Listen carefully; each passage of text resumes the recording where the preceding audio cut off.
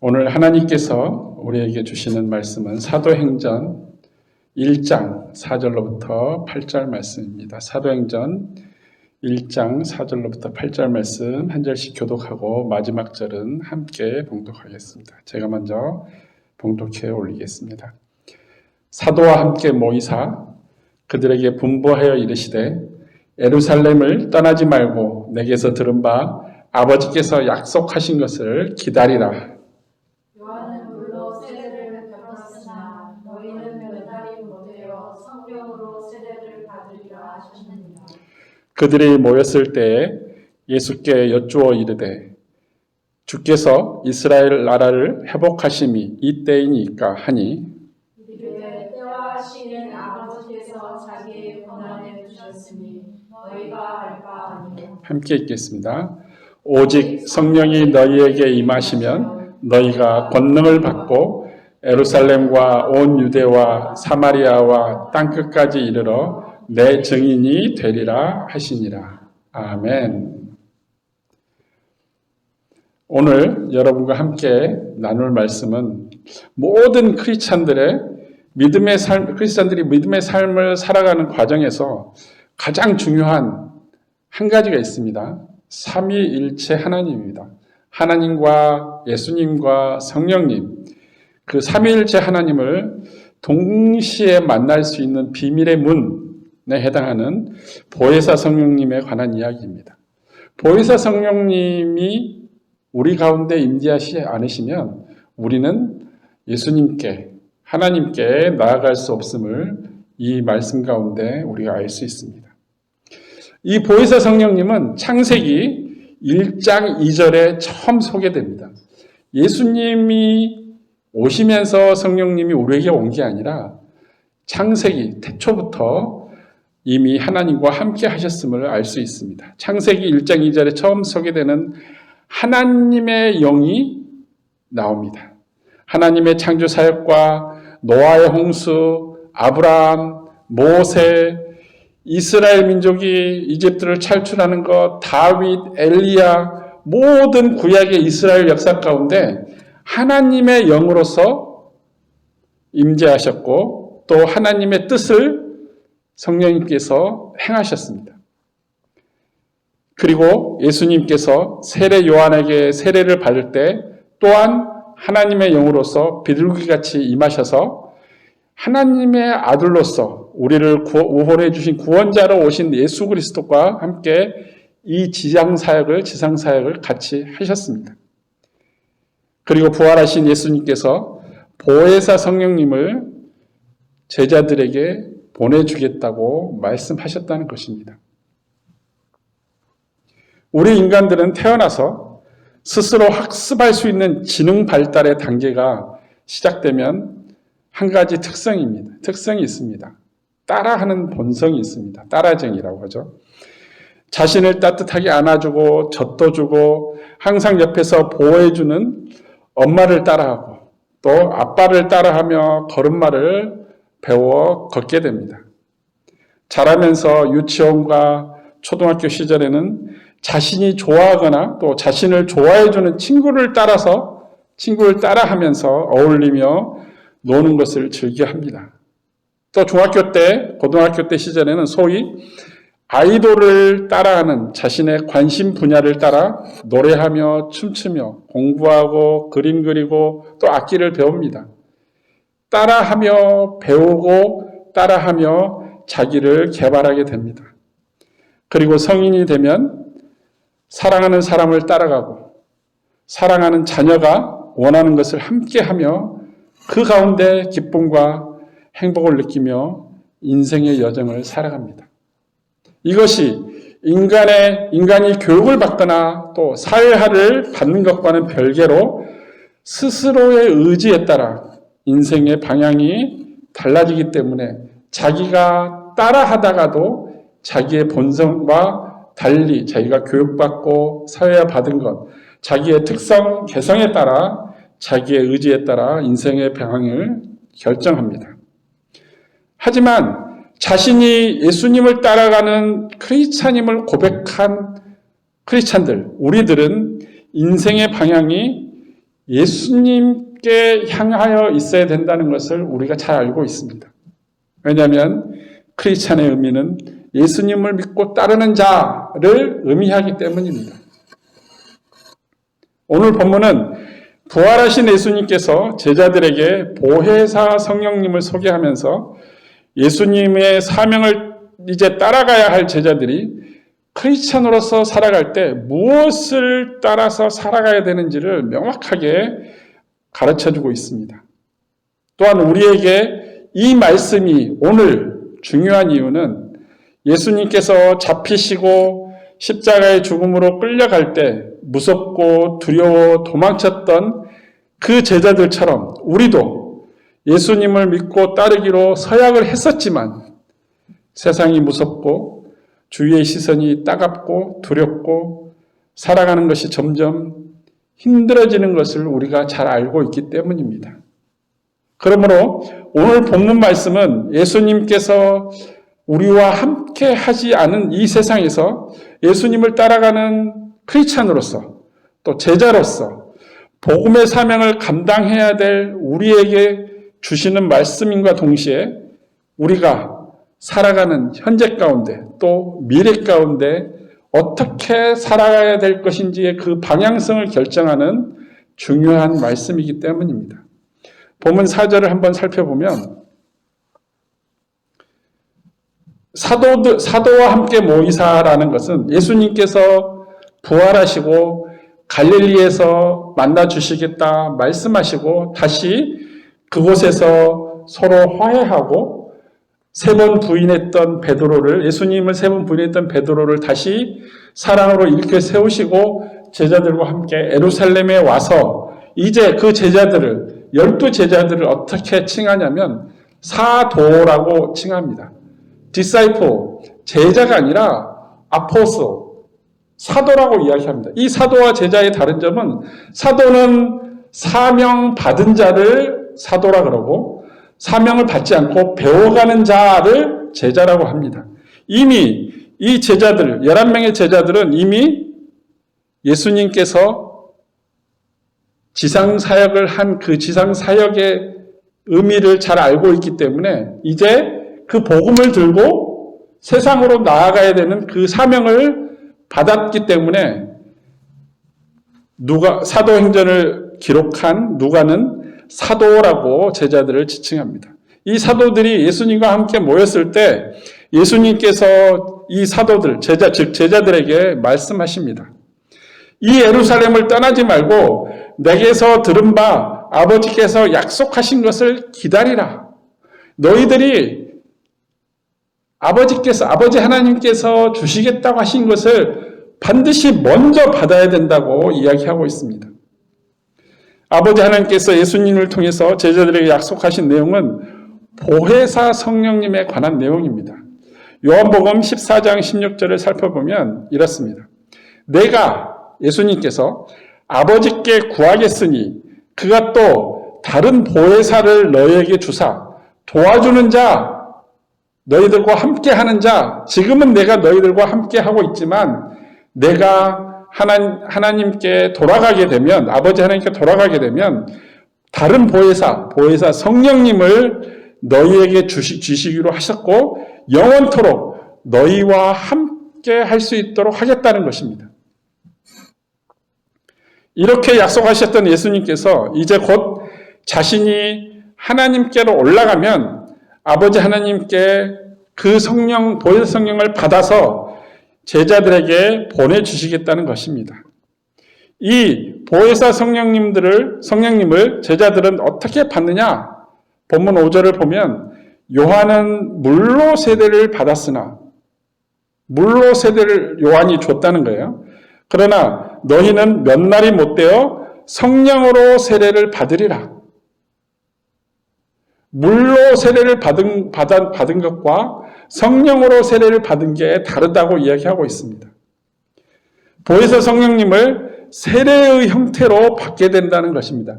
그냥 내가 손으로 쥘 수 있는 것이 아니라 물로 세례를 받은 것처럼 그 세례의 형태로 내가 보혜사 성령님을 받을 수 있다는 것입니다. 세례 요한이 외친 회개의 고백을 통해서 물 세례를 받은 것처럼 예수님을 믿는 우리의 믿음의 고백, 우리 입술과 우리 마음으로 한 그 고백을 통해서 성령 세례를 받을 수 있다는 것입니다. 세례 요한 또한 메시아로 오실 예수님께 성령 세례를 베푸실 것을 이미 예언한 바 있습니다. 마가복음 1장 8절을 보면 이렇습니다. 세례 요한이 물로 세례를 주고 있는데 너는 왜 물로 세례를 주느냐라고 바리새인들이 물으니까 세례 요한이 이야기합니다. 네가 메시아냐?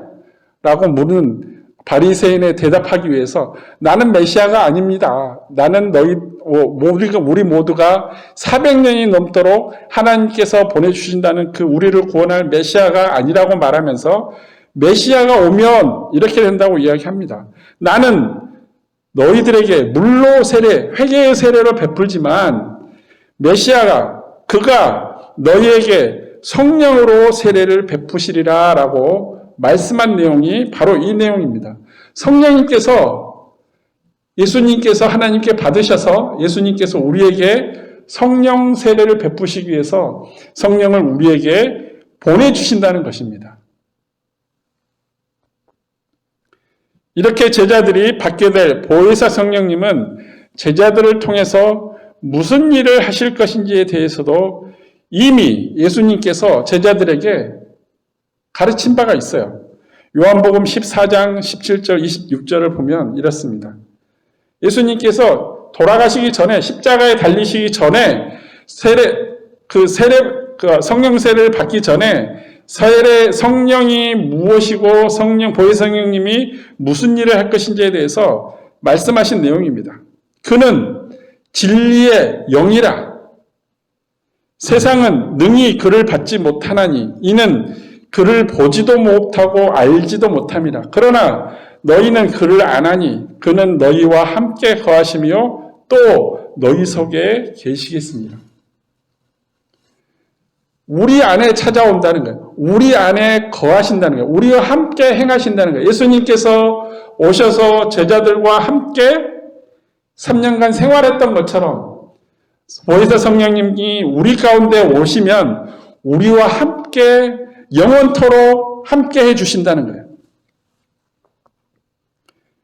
또 요한복음 14장 26절을 보면 보혜사 곧 아버지께서 내 이름으로 보내실 성령 그가 너희에게 모든 것을 가르치고 내가 너희에게 말한 모든 것을 생각나게 하시리라. 기억나게 하신다는 겁니다.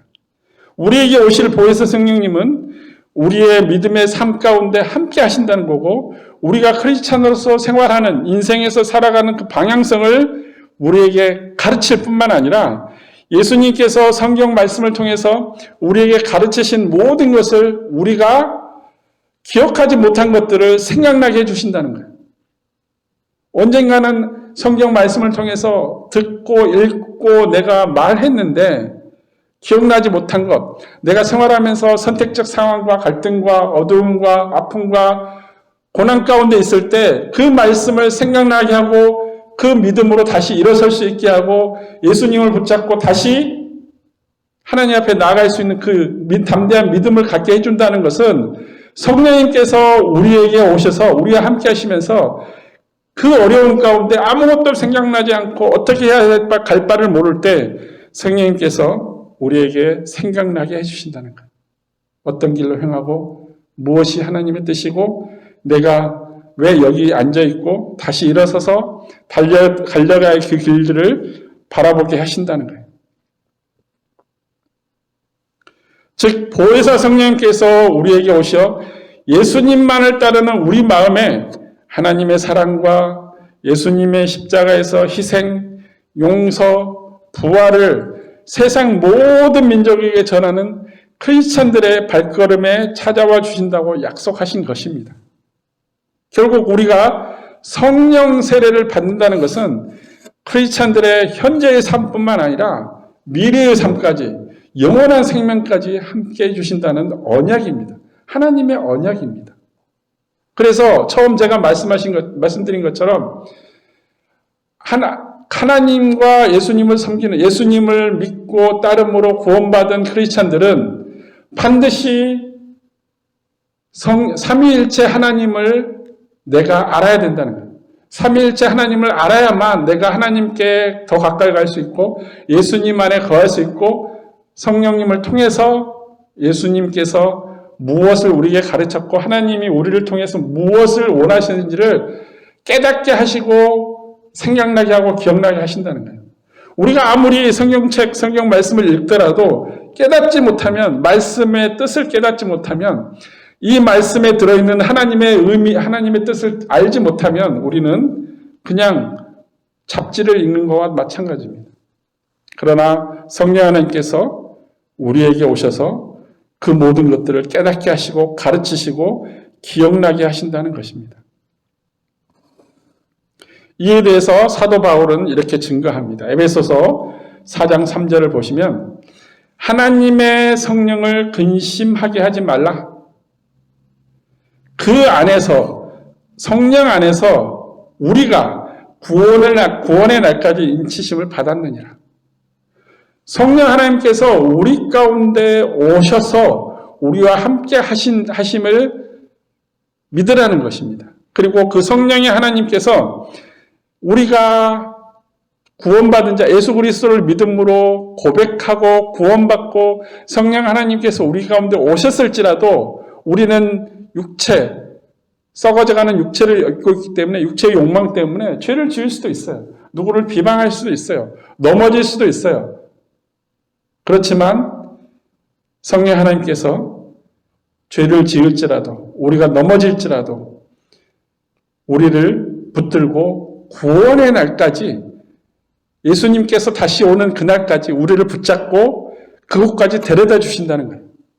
구원의 날까지 우리를 데려다 주고 인치심을 받았다는 뜻은 우리를 다른 곳에 가지 못하고 그 누구도 우리의 영혼을 빼앗지 못할 정도로 sealed, 그 가운데 성령 하나님 가운데 안아주시고 있다는 것입니다. 다른 데로 가지 못할 정도로 우리가 넘어질지라도 이러한 일들은 이미 예수님께서 대제사장과 바리새인들에게 잡히시기 전에 제자들에게 보혜사 성령님께서 앞으로 우리에게 오셔서 어떻게 무슨 일을 하실 건지를 세세하게 알려준 바가 있어요. PPT에는 없지만 요한복음 16장 1절부터 14절까지 제가 읽어드리면 이렇습니다. 성령님께서 우리에게 오셔서 우리와 함께 무슨 일을 하실 것인지 우리에게 무엇을 도와주실 것인지에 대해서 이미 예수님께서 제자들을 통해서 말씀하신 내용입니다. 내가 이것을 너에게 이름은 너희로 실족하지 않게 하려 함이니 사람들이 너희를 그러니까 교회에서 못 오게 쫓아내는 거예요. 쫓아내는 것뿐만 아니라 때가 이르면 무릇 너희를 죽이는 자가 생각하기를 이것이 하나님을 섬기는 일이라 하리라. 그들이 이런 일을 할 것은 아버지와 나를 알지 못함이라. 힘든 가운데 내가 세상 가운데 나아갈지라도 성령 하나님께서 도와주시지 않으면 나는 그들에게 먹이가 된다는 겁니다. 그러나 오직 너희에게 이 말을 한 것은 너희로 그때를 당하면 내가 너희에게 말한 이것을 기억나게 하려 함이요 처음부터 이 말을 하지 아니한 것은 내가 너희와 함께 있었습니다.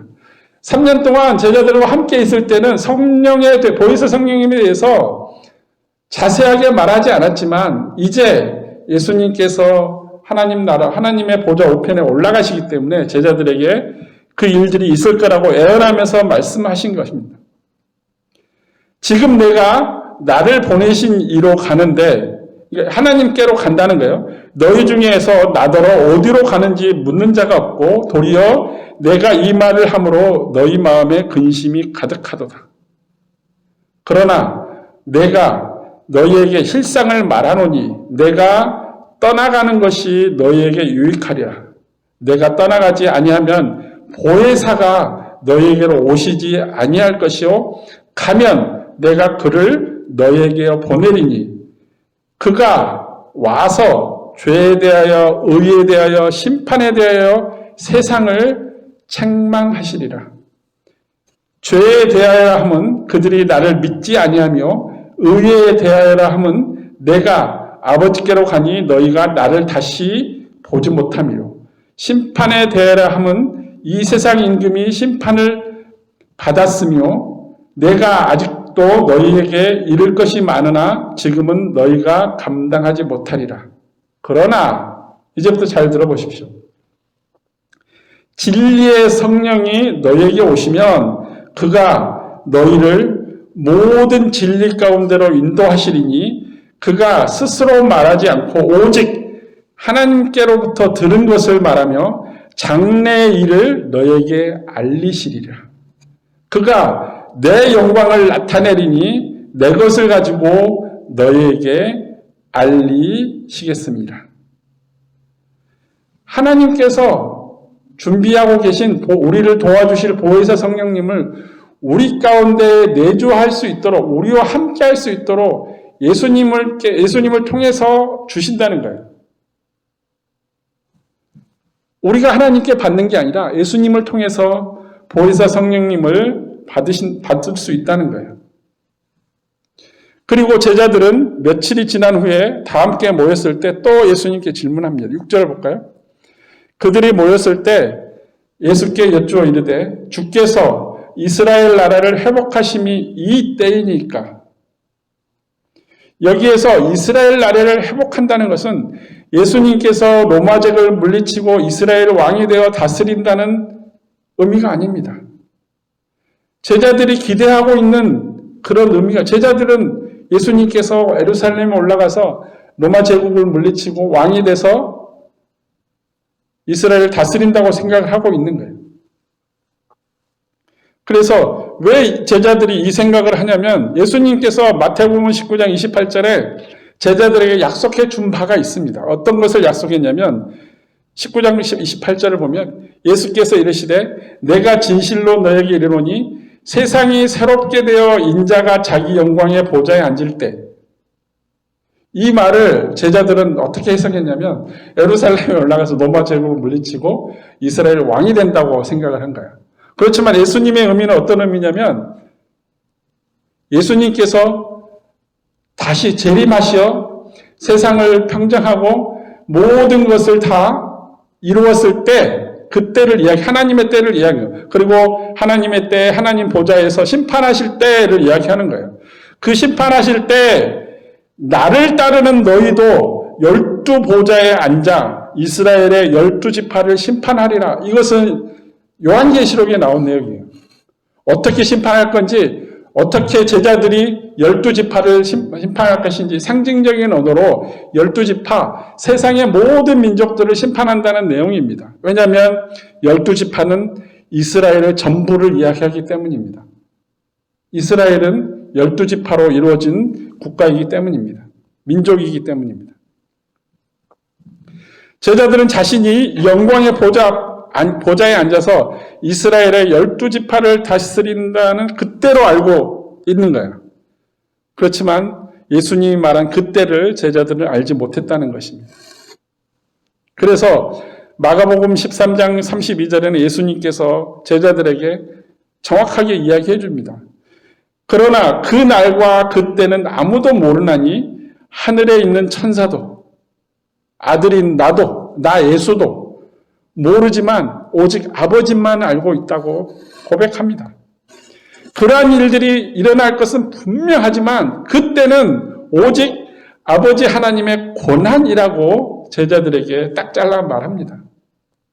7절을 볼까요? 이르되 때와 시기는 아버지께서 자기 고난에 두셨으니 너희가 알 바 아니다. 예수님께서는 제자들에게 그때는 하나님의 것이니 성령 세례를 받을 준비만 하라고 말씀하십니다. 그리고 성령 세례를 받은 후에 받게 될 권능에 대해서 제자들에게 말씀하신 내용이 8절입니다. 오직 성령이 너희에게 임하시면 너희가 권능을 받고, 기억하십시오. 권능을 받는다는 거예요. 예루살렘과 온 유대와 사마리아와 땅 끝까지 이르러 무엇이 된다 그랬죠? 권능을 받고 내 증인이 되리라. 예수님을 증거하는 사람, 예수님의 증인이 된다는 거예요.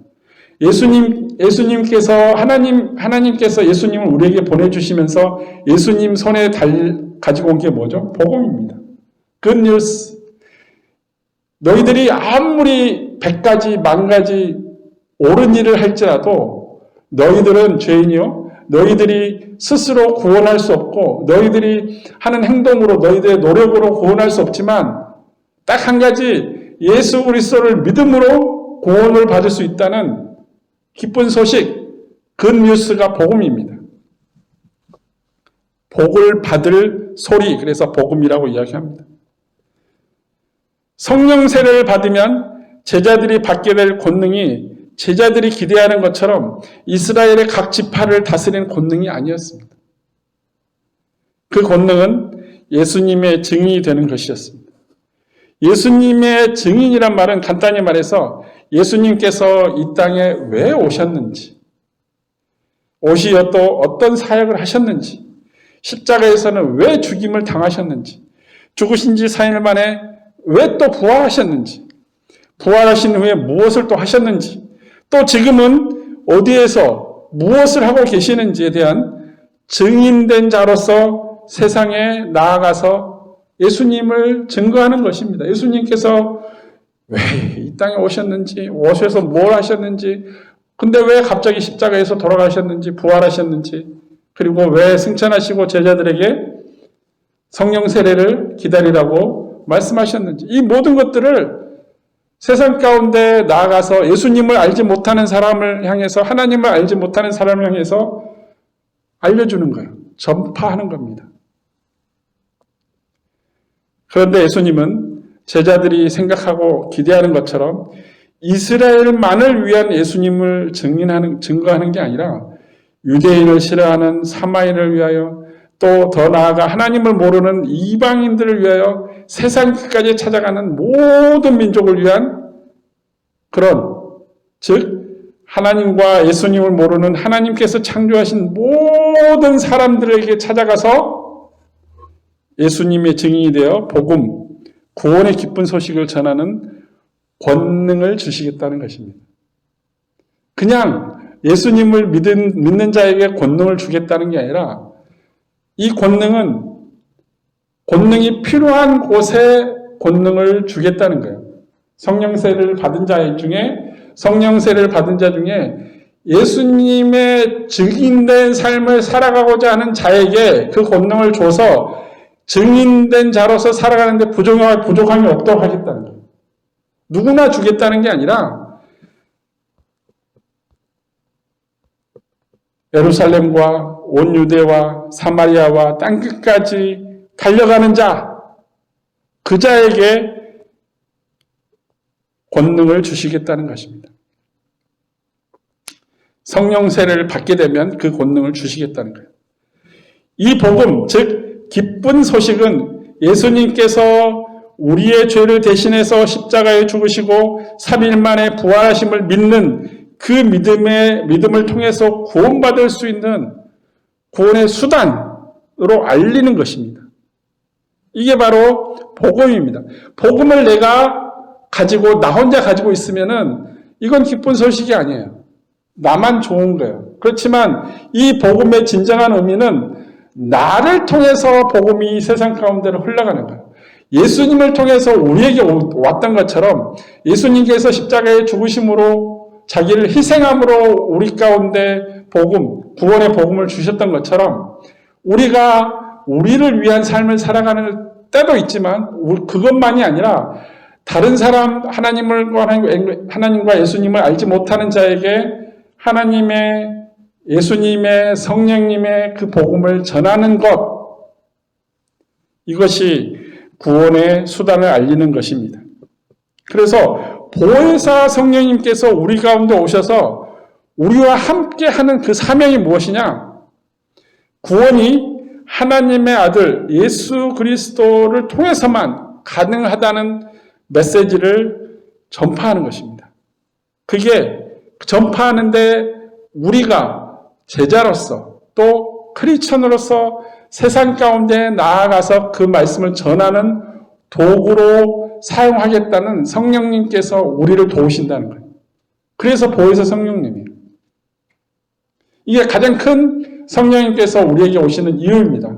두 번째 이유는 성령님께서 우리를 도우시는 두 번째 이유는 우리가 나약하고 믿음이 떨어지고 그리고 힘들고 고난 가운데 있을지라도 우리가 기도할 수 없을 때 성령님께서 우리와 함께 하시기 때문에 우리의 입술을 열어서 하나님께 기도할 수 있도록 중보하면서 보호해주는 우리의 간절한 기도를 하나님께 드려질 수 있도록 중보하는 역할을 하는 보혜사 성령님이라는 것입니다. 그렇지만 가장 중요한 것은 우리의 기도를 듣는 것도 중요하지만 더 중요한 것은 하나님께서 주신 예수 그리스도를 통해 주신 우리가 구원받을 수 있는 그 복음, 예수 그리스도를 믿음으로 인해서 구원을 받을 수 있는 오직 예수 그리스도만이 구원의 통로라는 것을 세상 가운데 전파하는데 발걸음을 떼는 자, 그 여정 가운데 있는 자들을 향해서 함께 하시고 하나님께서 주시는 그 권능을 주시겠다는 겁니다.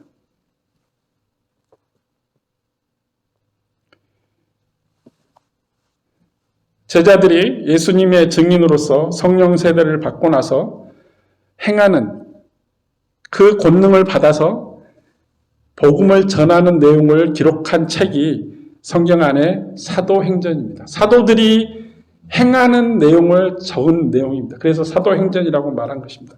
영어로는 act라고 이야기하는데 사도들이 실제 그 복음을 들고 행하는 것, act를 하는 것을 기록한 책이라고 나온 내용입니다. 제자들이 어떻게 성령 세례를 받고 성령님의 권능을 받은 제자들이 어떻게 예루살렘에서 유대 땅에서 사마리아 땅에서 그리고 이방인들의 땅으로 달려가서 어떻게 전파하며 그 과정에서 또 성령님께서 사도들을 어떻게 도왔는지 성령님의 임하심으로 사도들을 통해서 하나님의 권능이 어떻게 세상 가운데 나타났는지를 기록한 내용이 사도행전입니다. 그래서 우리는 그 사도행전을 통해서 성령 하나님께서 우리와 지금까지 함께 하신다는 것을 믿고 우리가 그 전파하는 가운데 복음을 전파하는 그 현장 가운데 하나님의 권능과 능력과 기적들이 일어난다는 사실을 우리가 알고 있습니다. 선교사들을 통해서 전도사들을 통해서 세상의 복음을 전하는 그곳에 모든 것들이 뿌려지는 미랄과 같이 뿌려지는 그 복음이 소식이 하나님의 때에 반드시 싹이 나고 나무가 돼서 열매를 맺는다는 사실입니다. 호주 출생인 선교사 한 사람이 아프리카와 유럽과 또 미국과 캐나다와 대도시마다 쫓아다니면서 길거리에서 예수 그리스도를 믿으라고 전파한 내용이 있습니다. 근데 그는 예수 그리스도를 믿을 것을 교회를 세우고 사람들을 가르치고 또 길거리 잡아서 10분, 20분 잡고 예수님에 대해서 이야기한 게 아니라 만나는 사람마다 웃으며 사랑의 예수님을 믿으라고 전파했던 그 사람이 다시 10년이 지난 뒤에 호주에서 그때 당신이 말한 그 한마디, 예수 그리스도를 믿고 구원받으라는 그 한마디 때문에 다시 돌아와서 자기가 예수 그리스도를 믿었다고 간증하는 그 자리에 그 성령 부흥회에 그 선교사와 회심한 사람과 만나서 하나님께서 성령님을 통해서 선교사와 하나님의 복음을 전하는 그 복음의 씨앗, 미랄 같은 그 씨앗에 심겨진, 마음에 심겨진 그 씨앗들이 성령 하나님께서 역사에서 그게 열매로 나타난다는 것을 증명해 준 사건들이 너무너무 많습니다. 우리가 알게 모르게 성령님께서 우리가 행하는 것, 우리가 행한다는 것은 복음을 들고 하나님을 전파하고 예수님의 그 구원의 사역들을 전파하는 그 가운데 지금은 당장 우리 가운데 그 미랄이 싹이 나지 않을지라도 하나님의 때에 그 미랄은 싹이 트고 가지가 자라고 열매를 맺어서 하나님의 기쁨이 된다는 것입니다. 이를 통해서 오늘날 우리 크리스찬들은 성령 하나님께서 우리가 어떻게 이 세상을 살아가는지에 대한 방향성을 제시하고 있습니다. 왜냐하면 성령 하나님께서 지속적으로 우리에게 성령 하나님께서 주시는 그 진리의 말씀들을 기억나게 하신다는 거예요. 예수님께서 우리에게 주신 그 사랑과 하나님께서 예수 그리스도를 통해서 주신 그 은혜를 지속적으로 생각나게 해주시는 것, 그게 성령 하나님, 보혜사 성령님께서 우리와 함께 하신다는 증거인다는 것입니다. 기억하십시오. 우리가 보혜사 성령님께서 우리에게 오시면 우리는 하나님께로부터 시작된 그 구원의 사랑을 경험하게 될 것입니다. 하나님께서 세상을 이처럼 사랑하사 독생자 예수 그리스도를 우리에게 주셨으니 라고 요한복음 3장 16절에 나온 그 말씀이 실제 성령 하나님께서 우리에게 오시면 그 하나님께서 예수 그리스도를 통해서 어떤 사랑을 주셨는지를 내가 그 사랑을 경험하게 된다는 것입니다. 예수님께서 친히 십자가에서 이루신 그 용서하심과 또 지금까지 살아계신다는 것을 성령 하나님을 통해서 우리가 경험하게 되고 성령 하나님을 통해서 우리가 믿어진다는 것입니다. 왜냐하면 하나님께서는 예수 그리스도를 통해서 예수님은 보혜사 성령을 통해서 우리와 하나 되기를 간절히 원하신다는 것입니다. 우리가 예수님의 그 희생의 십자가의 죽음을 외면하고 내가 의로우니까 내가 하나님께 직접 다이렉트로 기도하고 하나님께 나아가는 것이 아니라 오직 예수 그리스도의 용서하심, 십자가의 대신 죽으심으로 용서하심으로 그 덮음으로 보혈로 나를 덮음으로 내가 정결케 됨을 받아서 하나님께 나아가고 기도하고 하나님께서 나를 의롭다 여기심을 주신다는 것처럼 내가 예수 그리스도를 통하지 아니하고는 하나님께 갈 수 없는 것처럼 내가 보혜사 성령님께서 나를 인치시고 보혜사 성령님께서 내가 성경 말씀과 진리의 말씀 하나님의 뜻과 예수님의 그 사랑을 내가 경험하지 못하면 예수님 안에 거할 수 없다는 겁니다. 예수님 안에 거할 수 없으면 여러분은 하나님과 하나 되는 삶을 경험할 수 없기 때문입니다. 회복되어진, 새로워진 하나님의 나라에서 세상의 모든 민족들과 함께 하나님과 혼인잔치를 벌일 때 우리는 그 자리에 참석할 수 없습니다. 왜냐하면 성령 하나님께서 나를 인도하시지 않기 때문입니다. 그래서 제가 비밀한 통로, 예수 그리스도만이 우리의 구원의 통로지만 그 통로를 발견하고 그 통로로 향할 수 있는 나의 인생의 방향성, 그 길을 인도하시는 분은 성령 하나님이시라는 거예요. 여러분이 성령세를 받지 않고 성령 체험을 하지 않으면 우리는 예수님께로 나아갈 수 없으며 그 예수님께서 주시는 그 진리의 말씀 가운데 생각나고 성경 말씀을 깨닫고 성경 말씀에서 그 가리키는 그 방향으로 우리 스스로 갈 수 없고 오직 성령 하나님께서 인도하심으로 갈 수 있다는 것입니다. 그래서 처음에 제가 삼위일체 하나님, 아버지 하나님, 독생자 아들 예수 그리스도 그리고 보혜사 성령님께서 우리가 그 가운데로 성령님을 통해서 예수님을 통해서 하나님 안에 예수님 안에 성령님 안에 거할 수 있는 그 통로를 예수님께서 이미 우리에게 열어주시고 우리에게 언약해 주셨다는 거예요. 언제까지? 우리가 하나님 나라에 들어갈 때까지.